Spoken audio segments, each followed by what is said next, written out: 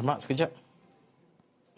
Assalamualaikum dan salam sejahtera, bersama saya Najib Arif, dan ini adalah fokus minggu hadapan di mana kita memberikan tumpuan utama kepada apakah yang akan berlaku pada minggu hadapan, termasuk perkara-perkara yang akan diberi tumpuan oleh Astro Awani sendiri dalam membuat liputan. Pertama sekali, fokus minggu depan sudah pasti tertumpu kepada permohonan Aisina untuk kategori 2, di mana tapi sebelum itu bagi permohonan kategori 1 tempoh hari, iaitu hanya ada 701 permohonan Aisina tidak diluluskan, manakala baki 1.4 juta permohonan pula belum diluluskan kerana berada dalam kategori 2 yang akan dibuka untuk permohonan mulai 11 Januari ini.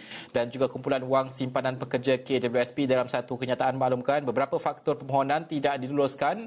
Antaranya perbezaan nombor akaun bank, permohonan dibuat untuk ahli yang sudah meninggal dunia atau ahli sudah pun berusia 55 tahun. Katanya lagi pihaknya telah meluluskan sebanyak 2.5 juta permohonan Aisina sejak permohonan itu di bawah kategori 1 dibuka bermula 21 Disember lalu. Dalam pada itu jumlah pengeluaran Aisina yang diluluskan adalah bernilai 19.62 bilion ringgit, dengan pembayaran bulan pertama berjumlah 10.07 bilion ringgit yang dibuat secara berperingkat bermula 5 Januari. Syarat bagi kategori 2 Aisina adalah ahli mengalami pengurangan pendapatan keseluruhan sebanyak 30% dan ke atas sejak 1 Mac 2020. Dan untuk memastikan proses permohonan berjalan dengan lancar dan pantas, ahli hendaklah memastikan semua dokumen yang dihantar adalah jelas, sah dan dapat menyokong permohonan mereka. Dan mengambil kira situasi semasa COVID-19, ahli adalah digalakkan untuk memohon secara dalam talian melalui aisinar.kwsp.gov.my dan tidak perlu hadir ke cawangan KWSP. Permohonan Aisina akan terus dibuka sehingga 30 Jun 2021 bagi kategori 2 dan kita saksikan syarat kelayakan kategori 2 Aisinar.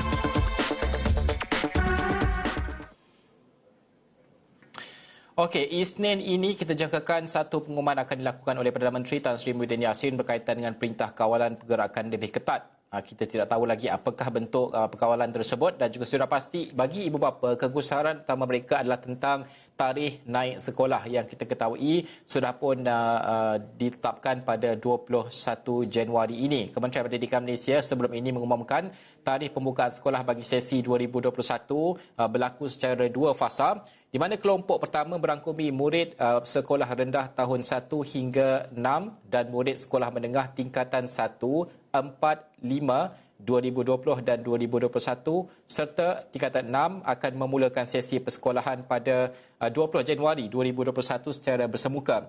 Manakala murid tingkatan 2 dan 3 akan kembali ke sekolah secara bersemuka mulai 8 Mac 2021. Jadi semua tumpuan kini terarah kepada kelompok pertama yang akan bermula 20 Januari nanti. Apakah perlu ditunda? Dan juga gesaan menunda tarikh ini juga sudah pun disuarakan oleh banyak pihak sebelum ini. Kita lihat pemimpin dan juga NGO sendiri. Itu apa yang kita dapat kongsikan dan juga kita akan saksikan pasca pengumuman Perdana Menteri. Itu yang paling penting. Dan untuk bincangkan perkara ini dengan lebih lanjut, saya nak bersama dengan Presiden PIBGN, Profesor Madya Datuk Muhammad Ali Hassan yang bersedia pada ketika ini di talian. Assalamualaikum, Prof. Boleh dengar saya? Prof? Okey, kita akan cuba mendapatkan Prof. Adakah Prof boleh dengar saya pada ketika ini, Prof?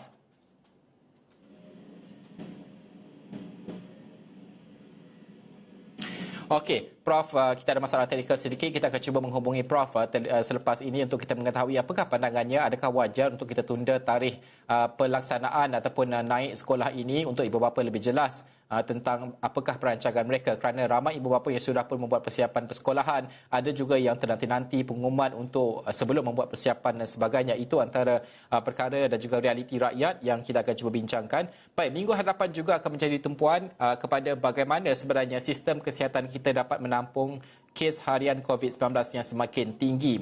Dan juga terbaru, semua pesakit COVID-19 yang sedang dikuarantin di Hospital Melaka akan dihantar ke pusat kuarantin dan rawatan COVID-19 berisiko rendah PKRC di Taman Expo Pertanian Malaysia Maib Serdang Selangor, di mana Esko Kesihatan dan Anti Dadah Negeri Datuk Rahmat Mariman berkata langkah itu diambil kerajaan negeri selepas berlaku kesesakan pesakit di hospital berkenaan sehingga tidak lagi mampu menampung jumlah yang ramai. Di mana beliau berkata untuk rekod semalam sahaja seramai 12 pesakit sudah pun dihantar ke PKRC dan jumlah itu akan meningkat jika berlaku lagi pertambahan di negeri itu. Pada 6 Januari lalu, Ketua Pengarah Kesihatan Tan Sri Dr. Nur Hisham Abdullah memberi peringatan mengenai keadaan wabak COVID-19 dengan mencadangkan perintah kawalan pergerakan PKP yang lebih bersasar untuk mengurangkan tekanan pada sistem penjagaan kesihatan. Beliau berkata, sistem penjagaan kesihatan kini sedang berjuang dengan pertambahan jumlah pesakit dan sedang berada pada tahap genting ataupun breaking point sekarang. Di mana kata beliau, bukan sahaja sistem intervensi kesihatan awam seperti pengesanan kontak rapat ditangguhkan tetapi ia tidak lagi optimal. Katanya negara ini memerlukan pemutus lita ataupun circuit breaker dan telah mengusulkan supaya kerajaan menerapkan versi PKP bersasar untuk menurunkan jumlah kes. Itu apa yang kita ketahui berkaitan dengan COVID pada ketika ini. Saya nak kembali semula kepada temu bual kita bersama dengan Profesor Mahdi Dr. Muhammad Ali Hassan, Presiden PIBJN. Assalamualaikum Prof. Waalaikumsalam warahmatullahi wabarakatuh. Prof, ramai ibu bapa yang bertanyakan betul ke pengumuman nanti PKP. Kalau PKP macam mana sesi persekolahan 20 Januari nanti? Pada pandangan Prof sendiri, adakah wajar kalau tidak ada PKP sekalipun, adakah wajar kita tunda tarikh persekolahan disebabkan oleh kes jangkitan COVID-19 yang semakin meningkat pada masa kini, Prof? Disebabkan oleh kes-kes meningkat tadi dan vaksin pun belum pasti kita perolehi. Kemudian masalah banjir pula. Dan kepastian soal SOP di sekolah betul-betul dapat dipastikan. Saya mencadangkan bukan pembukaan sekolah bukan dibuka semua sekali, tetapi dibuka secara berperingkat-peringkat. Mungkin pada Januari 20 ini kita berikan laluan kepada pelajar-pelajar yang akan menduduki peperiksaan tingkatan 5 dan tingkatan 6 dahulu. Mereka memerlukan masa untuk bersemuka dengan guru-guru dan juga menyiapkan siaga mereka untuk peperiksaan. Dan disebabkan perlu kawalan buat peringkat awal ini, tak pastikan bahawa dapat kita kawal penularan ini, bahawa selepas mungkin, lepas tahun baru Cina, baru peringkat kedua, pelajar-pelajar yang rendah sedikit baru masuk dan kemudian sebulan seterusnya pelajar-pelajar yang lainnya. Kita melihat bahawa kawalan kepada murid-murid ini perlu. Kita beri laluan kepada pelajar-pelajar yang senior. Mereka mudah dikawal, mereka sudah matang dan mereka barangkali boleh didisiplinkan dengan lebih baik lagi. Tetapi pelajar-pelajar yang junior, yang rendah-rendah ini mungkin perlu dikawal dahulu dan diberi laluan supaya kita dapat kawal pelajar-pelajar yang terlibat dalam peperiksaan dahulu. Okey, Prof, terima kasih kerana bersama kami pada jam ini, Prof, kerana bincangkan perkara tersebut. Itu antara kegusaran ibu bapa yang kita suarakan dan juga kita melihat bagaimanakah keputusan pihak kerajaan, khususnya Kementerian Pendidikan sendiri susulan dengan kemungkinan pengujudan semula PKP bersasar yang kemungkinan akan diumumkan pada Isnin nanti oleh Perdana Menteri. Baik, minggu hadapan juga kita menantikan sekiranya Jawatan Kuasa Pengurusan Pandemik akan mencapai keputusan berkaitan dengan pelaksanaan pilihan raya umum ke-15 masa penularan COVID-19. Di mana sebelum ini pengerusi Suruhanjaya Pilihan Raya SPR Datuk Abdul Ghani Saleh berkata, cadangan PRU 15 akan dinilai untuk melihat sama ada ia sesuai atau tidak untuk dijalankan pada masa kini. Di mana dalam satu kenyataan pada Jumaat, beliau berkata perkara tersebut akan dinilai oleh Jawatan Kuasa Pengurusan Pandemik. Jawatan Kuasa terbabit terdiri daripada Majlis Keselamatan Negara MKN, Kementerian Kesihatan Malaysia KKM, Agensi Pengurusan Bencana Negara NADMA, Polis Diraja Malaysia PDRM dan lain-lain agensi yang berkaitan. Tambahnya lagi, jawatan kuasa ini akan membuat penilaian risiko dan akan mengemukakan syur kepada kerajaan sama ada pelaksanaan PRU itu sesuai atau sebaliknya. Cadangan PRU ini dikemukakan oleh pemimpin tertinggi UMNO dan pada masa yang sama kita juga melihat Ahli Parlimen Machang Datuk Ahmad Jazlan Yaakob hari ini menarik balik sokongannya terhadap Kerajaan Perikatan Nasional PN. Dan ini sekaligus menjadikan pendirian Ahmad Jazlan yang juga pengerusi Perhubungan UMNO Kelantan itu menyaksikan Kerajaan PN ketika ini memiliki sokongan 110 daripada 220 ahli parlimen di Dewan Rakyat. Seandainya berkurangan satu lagi sokongan, kemungkinan PRU akan diadakan wujud, namun ia masih bergantung kepada keputusan penilaian jawatan kuasa pengurusan pandemik. Itu yang kita akan lihat dan juga kita akan perhatikan. Saya nak bersama dengan pensyarah pengajian Sains Pentadbiran dan Pengajian Polisi Universiti Teknologi Mara UiTM, Saudara Mujibu Abdul Muiz yang bersedia pada ketika ini. Saudara Mujibu, ini cadangan ini bukannya baharu. Apa mungkin yang Saudara Mujibu jangkakan daripada jawatan kuasa pengurusan pandemik berkaitan dengan isu pilihan raya ini? Ya, terima kasih Saudara Najib. Saya berpendapat barangkali memang ada keperluanlah untuk mengkaji bahawa apakah perlu kepada pilihan raya umum ke-15 ini disegerakan atau tidak. Kalau dilihat memang tidak ada keperluan untuk pilihan raya itu disebabkan himpitan pandemik COVID-19 dan kita juga telah diberitakan bahawa strain terkini gelombang ketiga itu lebih berbahaya berbanding sebelumnya dan juga dengan kes-kes jangkitan yang makin meninggi, maka saya tidak nampak perlu ada pilihan raya diadakan pada ketika ini. Tetapi ialah kalau kita berterusan melihat krisis politik ini berlarutan tanpa ada penyelesaian dan kompromi daripada orang politik yang nampaknya makin tidak boleh dibentuk pada ketika ini, maka barangkali pilihan raya itu perlu diadakan. Cuma saya sedikit ralat apabila keputusan ini hanya dilihat sebagai satu keputusan yang kita kata sementara berbanding desakan kepada perlunya perubahan Akta Pilihan Raya secara menyeluruh, terutamanya memberikan kuasa kepada SPR untuk mempertimbangkan pilihan raya dilakukan ketika krisis ataupun darurat seperti mana yang berlaku sekarang ini. Sepatutnya sudah lama dia patut dilakukan apatah lagi dengan sekarang ini kita telah menangguhkan beberapa pilihan raya iaitu pilihan raya Sungai Sibuga, pilihan raya di Batu Sapi dan pilihan raya di Batu Sapi di satu lagi pilihan raya ini di Kering kalau tak silap saya. Jadi sepatutnya pemikiran kepada pilihan raya di dalam konteks darurat ini sepatutnya dilakukan dan dijadikan sesuatu yang berkekalan kerana kita tidak mahu lagi berhadapan dalam situasi seperti sekarang apabila ada keperluan pilihan raya itu terpaksa bertentangan dengan kehendak dan kepentingan keselamatan dan kesihatan. Jadi sepatutnya perkara inilah yang patut dibincangkan. Cuma saya berpendapat kalau bolehlah tidak perlu diadakan pilihan raya pada ketika ini. Kita sudah melihat kesan buruk pilihan raya seperti mana yang berlaku di Sabah pada tahun lalu. Jadi saya berpendapat rakyat Malaysia tidak bersedia untuk menanggung kos sebegitu. Apatah lagi kalau kita melihat pilihan raya yang bakar berlaku ini akan melibatkan seluruh negara. Kalau di Sabah itu pun kita sudah tidak mampu mengawalnya, apatah lagi melakukan pilihan raya secara kebangsaan begini.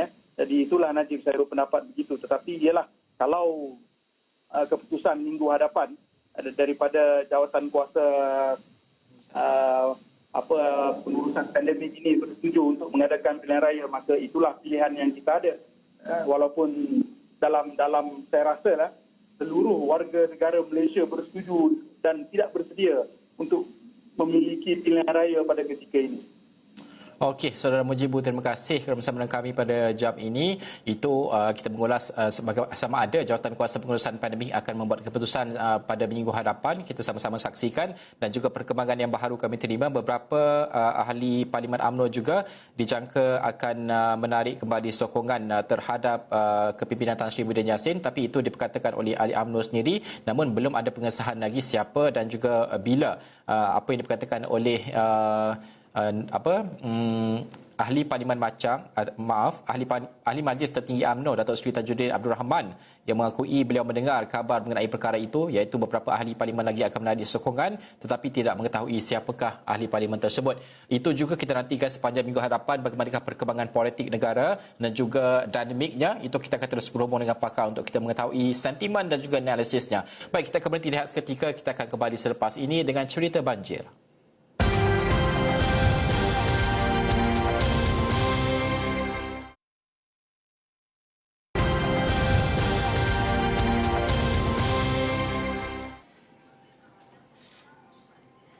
Anda masih lagi menonton Fokus Minggu Hadapan di mana kami membawakan apakah antara perkara yang akan terkandung dan juga kami akan berikan tumpuan sepanjang minggu hadapan untuk kita melihat situasi semasa. Sudah pastilah kita melihat juga keadaan banjir yang melanda beberapa buah negeri, khususnya negeri di pantai timur, dan juga dengan unjuran kaji cuaca yang kita melihat dengan kadar hujan, amaran juga dikeluarkan oleh Met Malaysia sendiri, di mana kita melihat bahawa bagaimanakah keadaan banjir ini untuk kita memahami bukan sahaja keadaan cuaca itu tetapi juga usaha untuk persiapan NADMA sebagai contoh menghadapi gelombang baharu banjir di mana-mana negeri sekalipun yang terlibat. Kita nak bersama dengan Datuk Hussein Omar Khan, iaitu Pengarah Seksyen Pelaksanaan Operasi Agensi Pengurusan Bencana Negara NADMA. Assalamualaikum Datuk, terima kasih kerana bersama kami pada jam ini. Datuk, bagaimana untuk kita memahami persediaan NADMA untuk menghadapi dengan gelombang banjir? Kerana ada setengah negeri yang sudah pun berdepan gelombang kelima, ada yang mungkin gelombang ketiga dan sebagainya, tetapi kita faham hujan itu kaji cuaca itu menunjukkan bahawa taburan hujan itu akan terus berlaku. Persiapannya, Datuk? Ya, persiapan NADMA telah bermula sejak November tahun 2020 lagi menghadapi musim timur laut tahun 2020 dan 2021, di mana kita telah memanggil semua Jawatankuasa Pengurusan Bencana Negeri dan membentangkan keadaan MTL yang akan kita lalui, dan juga pihak NADMA telah menyalurkan peruntukan kewangan untuk persiapan sebelum keadaan banjir berlaku lah. Di samping itu, NADMA juga telah mengeluarkan satu SOP pengurusan PPS, Pusat Perpindahan Sementara, yang merangkumi aspek COVID-19. Jadi persiapan awal ini telah dibuat. Di samping itu, NADMA juga telah mengedarkan beberapa keperluan logistik seperti kubikel, tent, kit makanan dan juga PPE seperti termometer dan juga mask yang perlu ada di pusat-pusat pemindahan ataupun di frontliner sewaktu operasi menyelamatkan mangsa. Jadi itu persiapan awal. Dan bila berlaku banjir, adalah kadang-kadang tempat-tempat yang kita ramal banjir tak banjir, yang tak diramal kadang-kadang banjir akibat keadaan geografi semasa di setengah-setengah tempat. Jadi dari segi NADMA itu sendiri, kita telah adakan tim-tim respon tim. Apabila berlaku saja, tim NASMA ni akan turun untuk bantu persiapan di bawah frontliner di daerah ataupun negeri dari segi keperluan tambahan logistik seperti kubikel tent, kit makanan dan juga PPE. Begitu juga NADMA telah menggerakkan smart team yang mempunyai logistik seperti truk dan juga bot untuk bantuan tambahan kepada frontliner yang sedia ada di setiap daerah seperti bomber, APM dan juga PDRM. Dan apabila berlaku banjir di beberapa negeri, NADMA telah membuka PKOB pusat untuk menggerakkan bantuan tambahan daripada agensi-agensi lain seperti ATM dan juga unit-unit udara, di mana kita telah menyalurkan bantuan seperti pembinaan belay bridge di laluan yang jabatan yang rosak ataupun runtuh, dan juga bantuan-bantuan kecemasan untuk menghantar pesakit misalnya daripada tempat-tempat yang perhubungan terputus kepada hospital melalui unit udara, PDRM, bomber dan juga ATM. Jadi itu adalah antara persiapan yang NADMA telah buat dan akan terus lakukan usaha-usaha ini sehingga keadaan banjir reda. Okey, Datuk, terima kasih kerana berkongsikan perkara tersebut. Kita bukan sahaja mendoakan mangsa banjir tapi juga pasukan NADMA juga yang bertungkus lumus berusaha menyelamatkan mangsa-mangsa banjir. Kita doakan keselamatan dalam keadaan SOP sedia ada ini. Terima kasih Datuk Hussein Omar Khan, Pengarah Seksyen Pelaksanaan Operasi Agensi Pengurusan Bencana Negara NADMA. Dan itu perkembangan banjir yang kita bawakan, dan juga kita saksikan dahulu apakah antara fokus-fokus utama sepanjang minggu hadapan yang kami gariskan yang akan dijangka menjadi tumpuan utama.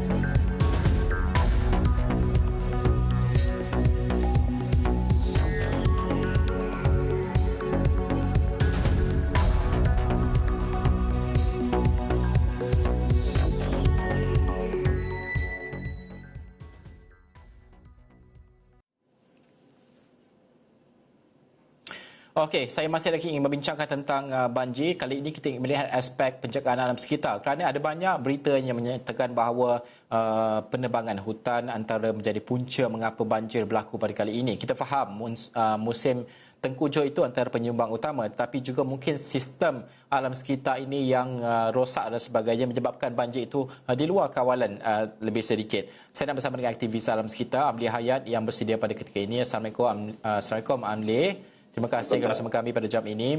Penjagaan alam sekitar ini kepentingannya tidak perlu lagi kita terangkan. Ini sangat penting. Tapi dalam konteks banjir, bagaimana sebenarnya orang ramai perlu memahami mungkin juga penebangan hutan dan juga sebagai pembangunan yang tidak terkawal dan sebagainya mungkin juga menyumbang kepada banjir pada masa ini? Banjir ini berlaku Najib, ada banyak sebab-sebab dia, dan kita untuk banjir yang teruk pada tahun ini kita pun tidak boleh orang kata menentukan secara tepat apakah sebab-sebab paling utama kenapa banjir berlaku. Tetapi kita dapat lihat beberapa punca utama yang kita boleh andaikan berdasarkan pemerhatian kita kepada trend pembangunan di kawasan-kawasan yang terlibat dengan banjir ialah macam Najib sebut tadi, ialah penebangan hutan yang berleluasa. Jadi penebangan hutan ini kita dapat lihat sebenarnya di Malaysia ini, penebangan hutan ini memang ada sistem. Kita ada SOP untuk penebang hutan. Tetapi disebabkan banyak penebangan hutan secara haram ataupun tidak terkawal menyebabkan air daripada hulu sungai, daripada hutan, daripada kawasan yang telah hilang, kawasan hutannya terus mengalir dengan deras ke kawasan-kawasan hilir. Dan di kawasan hilir ini kita mesti tahu bahawa banyak kawasan-kawasan bertempatan menyebabkan isu ini semakin serius. Mungkin kawasan-kawasan tersebut sebelum ini memang telah banjir, tapi disebabkan oleh pertambahan penduduk menyebabkan penduduk ini berada di kawasan-kawasan banjir. Jadi apabila banjir berlaku, yang memangnya berlaku di tempat-tempat tersebut, ia telah menimbulkan masalah yang lebih serius. Dan selain daripada itu, selain daripada penebangan hutan, kita juga ada isu-isu seperti isu pembandaran ataupun urbanization. Urbanization ataupun pembandaran ini menyebabkan kawasan-kawasan yang sepatutnya boleh menyerap air hujan, dia tidak menyerap lagi air hujan. Sebab apa? Sebab kita telah tutup dia dengan simen, umpamanya konkrit dan sebagainya. Jadi air itu tidak boleh menyerap ke tanah tetapi terus masuk ke dalam sungai. Begitu juga dengan sistem saliran kita. Sistem saliran kita yang awal dahulu kita menggunakan konkrit, iaitu satu permukaan yang tidak boleh menyerap air. Cuma sekarang ini kita mula perlahan-lahan untuk beransur-ansur untuk menggalakkan kawasan-kawasan bandar ataupun kawasan-kawasan perumahan menggunakan sistem atau pemberitaan yang lebih menyerap air. Tapi di banyak kawasan masih lagi sistem saliran ini ditutupi oleh permukaan yang tidak serap air. Jadi menyebabkan air ini terus masuk ke dalam parit ataupun longsang, dan apabila hujan lebat berlaku ia menyebabkan banjirlah. Apalagi kalau kita ada banyak sekatan-sekatan seperti sampah sarap. Dan saya juga lihat di beberapa kawasan di Pahang, sekatan-sekatan ini berbentuk kayu-kayu, ranting-ranting ataupun mendapan tanah daripada kawasan-kawasan yang telah ditebang. Jadi semua ini akan menyumbang kepada banjir. Semua ini dia bergabung untuk menyumbang kepada limpahan air yang begitu banyak. Jadi kalau kita nak tumpukan perhatian kepada satu-satu sebab, tak boleh. Sebab ia adalah hasil daripada kesemua parameter tersebut. Ya, itu juga antara tumpuan utama yang harus diberikan tumpuan.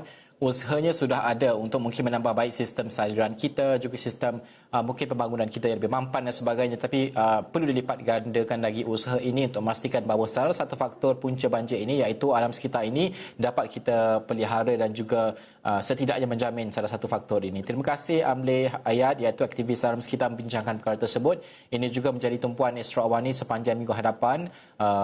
iaitu keadaan banjir di kebanyakan negeri khususnya di pantai timur dengan unjuran ataupun kaji cuaca ini yang melihat ramalan hujan mungkin taburan hujan itu berterusan, kita mungkin menyaksikan peningkatan paras air di kebanyakan negeri yang sedang dilanda banjir pada ketika ini. Setakat ini angka sudah pun menurun namun masih tinggi. Tetapi minggu hadapan bagaimanakah keadaannya, itu akan terus menjadi tumpuan Astro Awani. Baik, sekian sahaja fokus minggu hadapan bersama saya Najib Arif.